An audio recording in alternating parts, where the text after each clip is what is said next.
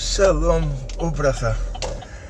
Na nossa Parashá, Deus criou o mundo em 6 dias. No 7º dia, Deus não criou nada. Está escrito Bereshit bara Elokim et hashamayim bet haaretz. No princípio, Deus criou o céu e a terra. No 3º dia, está escrito que a terra tirou as árvores, a terra tirou as ervas. Diz Rashi que tudo foi criado no 1º dia, mas cada dia dos 6 dias da criação, a terra tirou alguma coisa, quer dizer, tudo foi criado no potencial, ele acontece na prática somente nos outros dias. A única diferença vai ser o homem, que o homem Deus criou especificamente, totalmente no 6º dia da criação. Na prática, a diferença vai ser assim. No 1º dia, Deus criou o céu e a terra, quer dizer, Deus criou tudo, de acordo com Rashi, que é o pshat da coisa. No 2º dia, Deus fez a separação. Ele criou os limites, tipo a atmosfera, a estratosfera, a gravidade. No 3º dia, Deus criou as árvores, com as frutas, com as ervas, e como diz Rashi, tudo isso já tinha sido criado no 1º dia, só que a terra vai tirando cada coisa. No 4º dia, a terra tirou, vamos dizer assim, aproveitando a linguagem do 3º dia, a terra tirou o sol, a terra tirou a lua, a terra tirou as estrelas. Ou seja, isso que Deus criou no 1º dia, a luz, e no 4º dia Deus criou o sol. Então se pergunta, que luz é essa que Deus criou no 1º dia? Vai ter o lado oculto disso, que no 1º dia Deus criou uma luz que dá para ver o mundo de ponta a ponta, e no 4º dia Deus substituiu essa luz. Quer dizer, essa luz na verdade ficou nos 7 dias, mas no 4º dia Deus já criou a luz, queria ser a luz do mundo, que é a luz do sol, o reflexo que a lua reflete a luz do sol e as estrelas. Por quê? Para que as pessoas ruins que Deus sabia que iriam viver no mundo não usassem aquela luz do 1º dia. Isso é o lado oculto da coisa. Agora, o lado simples é assim, que primeiro Deus criou a luz, quer dizer, Deus criou milhões de anos-luz daqui até a última estrela na galáxia. E no 4º dia, Deus tirou daqui da Terra todas as galáxias. Ou seja, a Terra, que ela ia tirando tudo que foi criado no potencial no 1º dia, no 4º dia, quando está escrito que Deus fez o sol, a lua e as estrelas, não quer dizer que Deus falou e de repente surgiu lá no meio do nada, surgiu um sol. Quer dizer que Deus tirou daqui. Deus criou primeiro o céu e a terra, quer dizer, essa terra continha tudo, o nosso planeta. E Deus tirou daqui o sol, Deus tirou daqui a lua, Deus tirou daqui as estrelas, Deus tirou daqui todas as galáxias. E sendo que depois, para a luz da estrela chegar até a Terra, levaria 1 milhão de anos, então Deus já criou no 1º dia a luz daqui até a última estrela, antes da última estrela estar lá. E depois, no 4º dia, Deus colocou lá a estrela. Quer dizer que o 1 milhão de anos-luz que leva da estrela até a Terra, Deus já colocou lá, criou isso no 1º dia, e no 4º dia colocou a estrela no final dessa luz. Outro detalhe importante é que quando Deus tirou dessa Terra o Sol, a Lua, as estrelas, os planetas, as galáxias, até isso intriga os cientistas, que eles tentam dizer, talvez houve um Big Bang, que eles veem que as galáxias estão se distanciando da Terra, então eles falam, tudo era a Terra e depois explodiu. Então eles desconfiaram que Deus criou o mundo dessa maneira. Também eles são assim, eles tiveram essa percepção. Eles não acertaram certinho, porque falta para eles muitos dados. Assim, eles não estudaram na Yeshiva, não estudaram livros judaicos, mas assim, eles viram que existe isso, que tudo saiu daqui. Então quer dizer que no terceiro dia já tinha na terra árvores e ervas, vegetação. No quarto dia, quando saiu da terra o sol, a lua, as estrelas, os planetas, as galáxias, então elas saíram com essa vegetação. Ou seja, assim, se você encontrar em outro planeta um coqueiro, aí você sabe que por causa que no terceiro dia já tinha o coqueiro aqui na Terra, e esse planeta ele também saiu daqui e levou o coqueiro junto, e lá no lugar onde ele está, o clima não secou o coqueiro, não queimou o coqueiro e não congelou o coqueiro, então ele continuou dando cocos lá. Então esse raciocínio ele pode ser aplicado de uma maneira mais profunda ao quinto dia também e até o sexto dia, porque no quinto dia, quando Deus criou as aves e os peixes, também está nesse mesmo esquema de que tudo foi criado no primeiro dia e a terra foi tirando, então a água tirou os peixes, a terra, ou seja, no sexto dia a terra tirou os animais. Então pode ser que continuou tirando em outros lugares também. Ou que a intenção divina era que os Mefarshim eles não falam muito sobre isso. Quando chega na Arca de Noé está escrito explicitamente que entrou lá um macho e uma fêmea dos animais impuros, dos animais que seriam considerados impuros futuramente, e 7 machos e 7 fêmeas dos animais que seriam considerados puros. Em relação à criação do mundo, não está escrito que a quantidade de peixes que Deus criou naquele dia, tipo, se foi um peixe macho, um peixe fêmea, ou se Deus já criou no atacado. Então, tudo isso fica uma incógnita em relação a outros planetas também. Se existe lá aves e peixes e animais. Dentro desse raciocínio que Deus criou tudo no primeiro dia e cada dia a Terra foi tirando.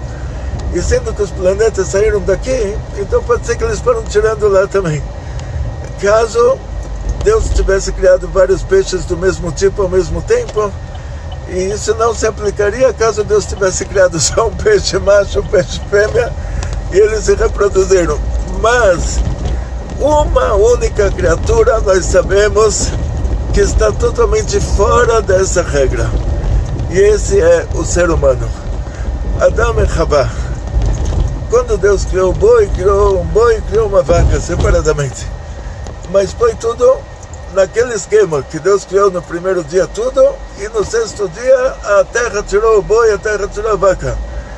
Até dizem nossos sábios, sem entrar em muito detalhe sobre isso, que aquele primeiro boi, primeiro saiu o chifre dele da terra, depois saiu ele. Quer dizer que o chifre antecedeu ele.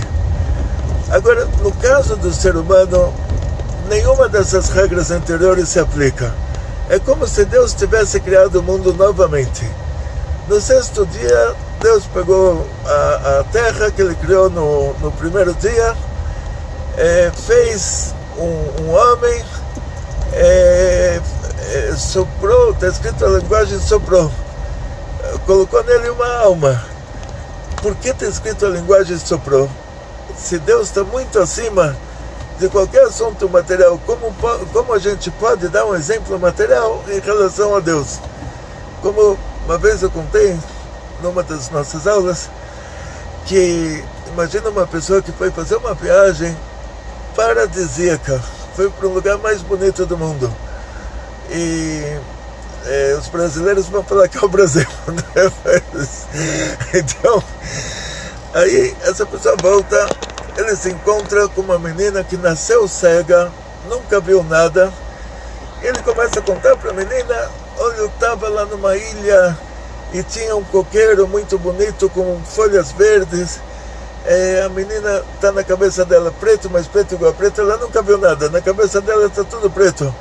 Preto, mais preto igual a preto, já estou imaginando o coqueiro. Preto, mais preto igual a preto, já estou imaginando a ilha. Preto, mais preto igual a preto, já estou imaginando os peixes. Aí ele fala para ela, você conseguiu imaginar tudo? Ela falou, eu consegui imaginar tudo certinho. Então ele diz para ela, uma coisa certa, tudo que você imaginou está errado. Então, nós, em relação ao espiritual, é assim, a gente imagina material, mas material igual a material, já estou imaginando Deus. Material, mais material igual a material, já estou imaginando um anjo no céu. Ou seja, assim, tudo que a gente consegue imaginar é como essa menina que ela nunca viu na vida dela alguma coisa. Que tudo na cabeça dela é preto e ela só acha que ela sabe, mas ela não sabe nada. Então, no caso, a gente, em relação a Deus, tudo que a gente imaginar em relação ao mundo espiritual, a gente vai estar imaginando errado, porque a gente não tem o sentido para ver o que é uma coisa no mundo de tão alto, de tão elevado que é, de tão mais do que nós que é, a gente não tem os sentidos para saber o que é isso. Então, como pode ser que a Torá usa essa linguagem que Deus soprou no homem uma alma? Diz o Zohar que da mesma maneira que no mundo material a pessoa que sopra, ela está soprando alguma coisa de dentro dele. A pessoa que coloca, ela está colocando alguma coisa de fora dele. Então a linguagem sopro, mesmo que a Deus não se... A gente não pode falar sobre Deus coisas materiais, que, como o exemplo que eu contei para vocês, é usado o exemplo material para dizer que a alma que Deus colocou no homem, ela é uma parte de Deus. Como a pessoa que sopra está soprando o que é dele, de dentro dele, Deus colocou a alma no homem, uma parte dele. Ou seja, nós somos uma alma divina, nós somos uma parte de Deus. Então o homem não entrou nessa regra de que a terra foi tirando. Ao contrário, exatamente o contrário. Na sexta-feira Deus fez um homem de terra, colocou nele essa alma, ele se tornou uma criatura inteligente e ele é a única criatura inteligente que existe no universo. Quer dizer, se amanhã você pegar um foguete e viajar para outro planeta e você encontrar lá um elefante, não tem problema. Você pode encontrar um elefante, pode ser que a Terra continue tirando os bichos lá e sair um elefante lá também. Se você encontrar um coqueiro, não tem problema. Aí se você encontrar o coqueiro junto com o elefante, você vai falar, tá bom, nesse planeta então as coisas se misturaram. Na Terra, onde tem coqueiro não tem elefante, mas aqui tem.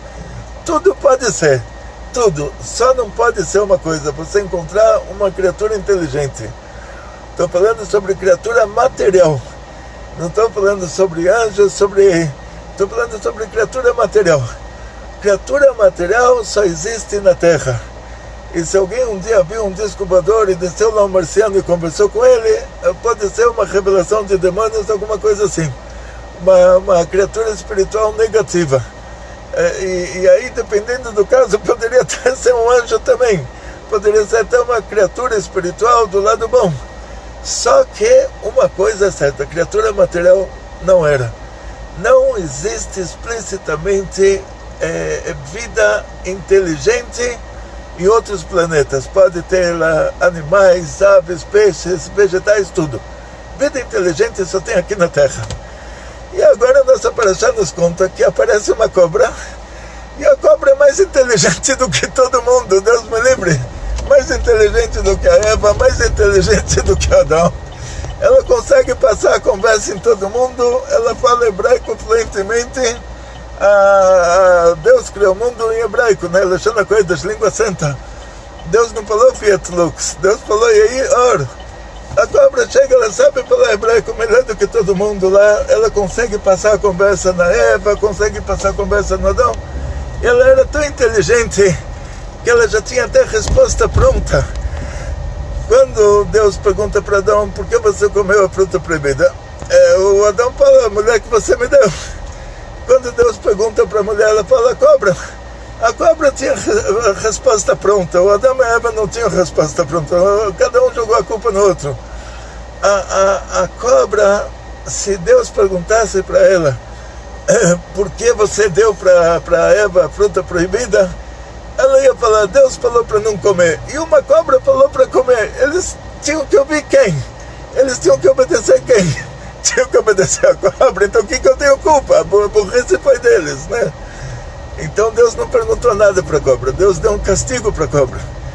E aí a pergunta é maior ainda, peraí, o animal, Deus não deu para o animal mandamentos, e a pessoa que não tem mandamentos não recebe nem prêmio nem castigo. O mesmo animal que salva uma pessoa, ele salvou por instinto, ele se identificou com a causa, ou ele foi adestrado para isso, ou até pode ser que alguma coisa espiritual lá, que Deus fez um milagre, que o animal salvou a pessoa. Mas é claro que esse animal não vai chegar no paraíso lá em cima e vai falar, olha, eu salvei a pessoa, então eu mereço um alto paraíso. O animal, ele é um animal irracional, ele não recebe um prêmio pelo que ele faz, ele não recebe um castigo pelo que ele faz. Então, por exemplo, se um boi comeu as flores do vizinho, aí o boi não vai ter que trabalhar agora para o vizinho para pagar as flores. Quem é responsável pelo boi é o dono do boi. O animal, mesmo ser um animal selvagem, um boi que nasceu no meio do mato e ele entra na casa de alguém e come as flores, ele não é, pela Torá, ele não é obrigado a pagar. Ou seja, o animal não tem mandamentos nem faça nem não faça. Então, por causa disso, ele não pode receber um castigo também. Mas tem casos na Torá que o animal recebe um castigo.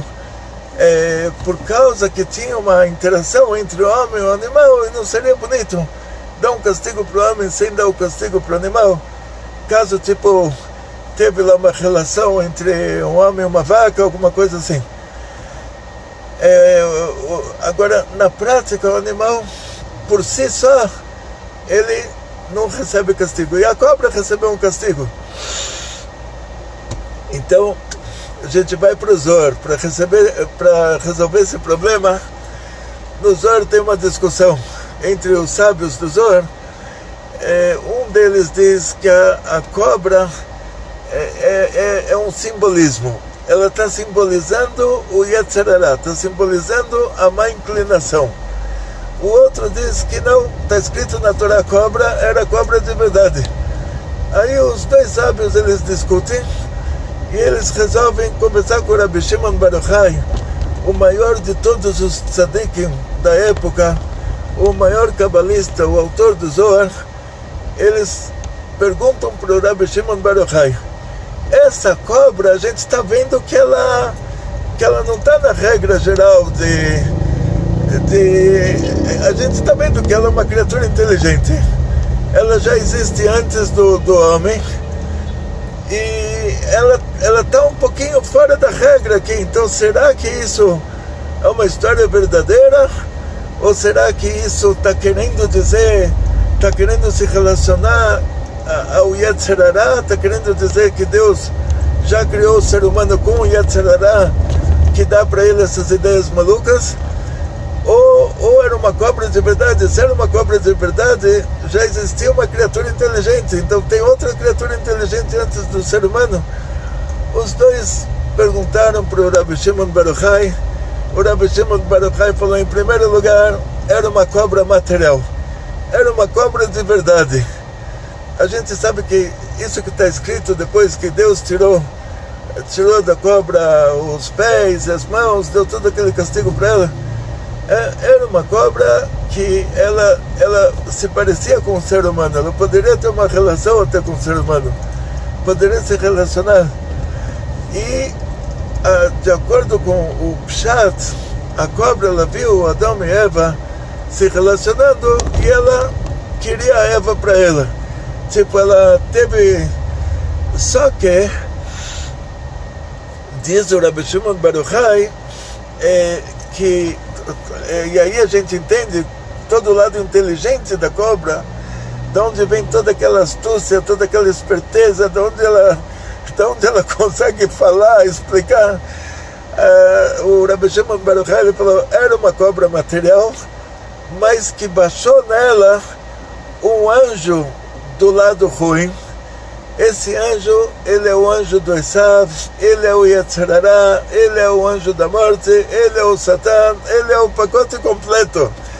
O pacote completo, tudo que vocês ouvem, o Satã, o Yetzer Hara, o anjo da morte, o anjo do Esav, tudo está naquele pacote. Aquele anjo baixou na cobra.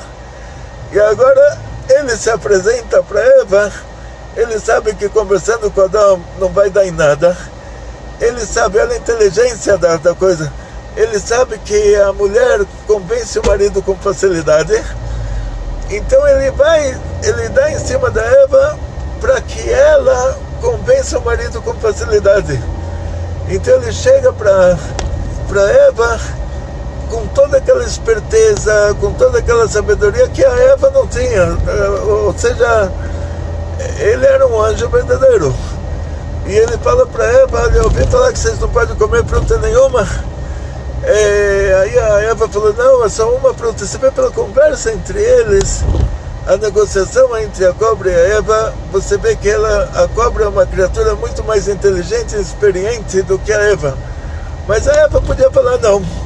Podia falar, desculpa, eu sou uma criança pequena, você é muito esperto, mas Deus falou não come, e uma cobra falou come. Não importa que todos os argumentos da cobra tão interessantes. A cobra falou para ela, olha, você vai ser Deus, você vai... despertou mil e uma curiosidade, mil e uma vontades na Eva. Mas a Eva, por mais que ela não estivesse no nível intelectual da cobra, vamos dizer assim, ela podia falar, olha, todos os seus argumentos são muito profundos e muito sábios, mas Deus falou para não comer, e uma cobra está falando para comer. Então, esse tipo de negócio a gente tem no mundo o tempo todo. Ou seja, o tempo todo a gente vive essa situação. Deus falou para não fazer, e o grande cientista falou para sim fazer. Você está comparando Deus com o grande cientista? Você está falando que o grande cientista ele é maior do que Deus? Então, essa situação, qualquer coisa em relação a Deus é comparado a essa situação. Deus falou para não fazer. Se alguém está falando para sim fazer, essa pessoa já entra na categoria da cobra. Então Deus falou para não fazer e uma pessoa falou para fazer. Você tinha que ouvir quem? Vai para a segunda etapa, o Adão. Deus falou para não fazer e a mulher falou para fazer. Então Deus, até em relação à própria esposa, entre Deus e a esposa, Deus está sabendo melhor o que é bom para nós do que a nossa própria esposa. Deus sabe o que é bom para nossa esposa melhor até do que nós. Então esse raciocínio ele vai entrar o tempo todo. Então o que acontece? No final da história, a cobra ela recebe um castigo. E o animal que faz uma coisa errada, o animal não tem mandamentos, o animal não deveria receber um castigo. Então por que a cobra recebe um castigo? Tem uma história muito interessante na Gumará, poderia dar isso como uma opção para resolver esse problema. Uma história de Rabi Yehuda Nassi e Antoninos. E o Antoninos, ele faz uma proposta, ele fala, olha, o corpo e a alma, eles poderiam, um poderia liberar o outro. Oba, bom dia, tudo de bom, você também, tudo de bom. O corpo e a alma, um poderia liberar o outro do castigo. O corpo poderia dizer, desde que essa alma saiu de mim, eu tô aqui, nunca fiz mais nada de errado. A alma poderia dizer, desde que eu saí desse corpo, nunca mais fiz nada de errado. Cada um poderia falar, olha, eu era o lado bom da coisa, e quando estava junto com a outra entidade, aconteceu coisa ruim. O que Deus faz para resolver esse problema, para dar um castigo para alguém que fez uma coisa ruim? Aí diz o Antoninos, ele dá um exemplo. Ele fala, imagina uma pessoa que ele tem um vinhedo. O vinhedo, antigamente, a uva era uma fruta que não só que você poderia armazenar ela numa época que a temperatura era muito alta e não tinha geladeira, quer dizer, numa região em que a temperatura era muito alta, numa época que não tinha geladeira, a fruta você transformava, a uva você transformava ela em vinho e você armazenava ela. Quanto tempo passava, ela ficava mais cara, o vinho ficava mais caro. Então a pessoa que tinha um vinhedo era um símbolo de status, um símbolo de riqueza, tipo era a fruta mais cara. Então a pessoa tinha um vinhedo e ele colocou lá 2 guardas. Um guarda era um paralítico, ele não podia andar, o outro era cego. E os 2 resolveram que eles vão dar um golpe lá, vão fazer um assalto, vão roubar as uvas. E o guarda paralítico, ele pede para o cego colocar ele nos ombros, e os 2 conseguem lá pegar as uvas e comeram e fizeram a festa. E quando chega o dono do vinhedo, ele pergunta, cadê aquelas uvas? Os guardas falam, o guarda cego fala, olha, eu não vi, porque eu sou cego, como eu poderia ver? O paralítico fala, olha, eu não consigo sair do lugar, como eu poderia chegar lá? Aí o dono do vinhedo, ele coloca um em cima do outro e chama a polícia. Tipo, fala, agora eu peguei o ladrão. Quer dizer, cada um sozinho, ele não é o ladrão, mas os 2 juntos, eles são o ladrão. Então, o que acontece na prática é assim, quando a gente fala sobre corpo e alma, a gente pode falar sobre a cobra também. A mesma coisa, que na hora que baixou lá o anjo mau, ele se tornou um encosto na cobra. Aí naquela hora Deus podia julgar os 2 juntos, fazer o julgamento dos 2 juntos e dar um castigo para a cobra.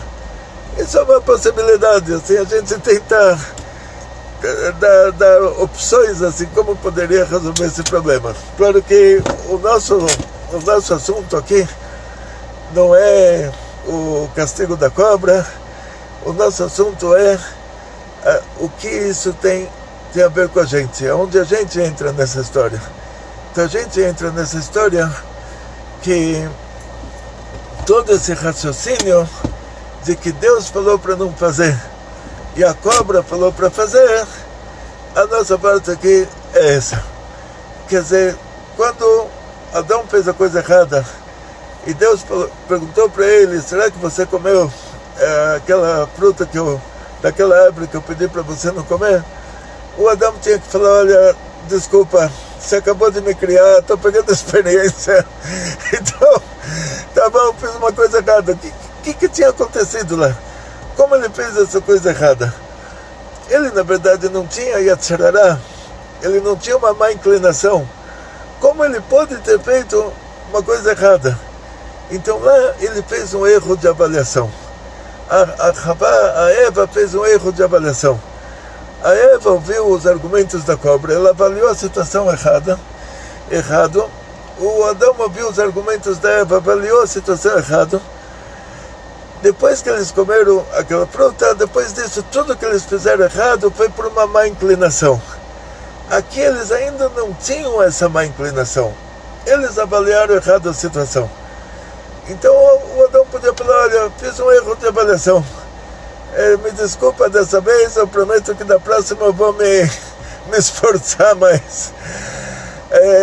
A próxima vai ser mais difícil, porque agora ele já tem a vontade de fazer a coisa ruim, vai ter que se controlar. Então ele podia falar, olha, já chega que eu vou ter que sofrer me controlando, então deixa. Mas o fato dele ter falado, não, eu sou perfeito, a culpa é do outro, a culpa é da Eva, por isso que ele levou o castigo. A Eva podia falar a mesma coisa, podia falar, olha, eu fiz um erro de avaliação, a cobra me deu argumentos muito bons, eu sou uma criança pequena, acabei de ser criada, caí na conversa da cobra, fiz um erro de avaliação, agora depois que comi essa fruta, agora estou com vontade de matar, roubar, de dormir com o marido da outra, de fazer um monte de besteira, e estou me controlando, está difícil. Então já deixa por isso mesmo, já vou sofrer, que eu tenho que me controlar. Mas o que ela falou, não, ela falou, sou perfeita, Deus podia desculpar ela já tinha o castigo, já tinha essa má inclinação que ela recebeu, já é uma coisa difícil a gente se controlar nesse mundo. Mas ela falou, não, eu sou perfeita, você que fez errado, você colocou uma cobra no jardim. Então ela não fez tchubá, o Adão não fez tchubá, a Eva não fez tchubá. A cobra já tinha a resposta pronta. Ela ia falar, Deus falou para não comer, a cobra falou para comer, eles tinham que ouvir quem? Então aqui entra a nossa parte. A gente tem que se lembrar disso o dia inteiro. Deus falou para não fazer, e qualquer outra coisa no mundo falou para sim fazer. E essa coisa pode ser também o nosso Yetzer Hara. Depois que Adão e a Eva comeram a fruta proibida, entrou neles a má inclinação. Essa coisa pode ser até nós próprios. A gente tem que falar, Deus falou, Deus quer o nosso bem mais do que nós próprios queremos. Deus ama cada um de nós mais do que se um casal de 100 anos de idade tivesse um filho único, mais do que eles amariam esse filho único. Deus ama a gente infinitamente mais do que nós amamos a nós próprios. Então, se Deus falou para não fazer coisa errada, quer dizer que Ele está pensando só no nosso bem. E qualquer outra coisa no mundo que fale para a gente fazer coisa errada, a gente tem que falar, Deus é a essência do bem, a natureza de quem é bom é fazer o bem. Deus ama a gente muito mais do que nós amamos nossos próprios filhos. Então a gente vai fazer o que Deus está pedindo. Sharkoya, Hatzlacha, Briut, Parnassá, Beshefa, Kol Tov.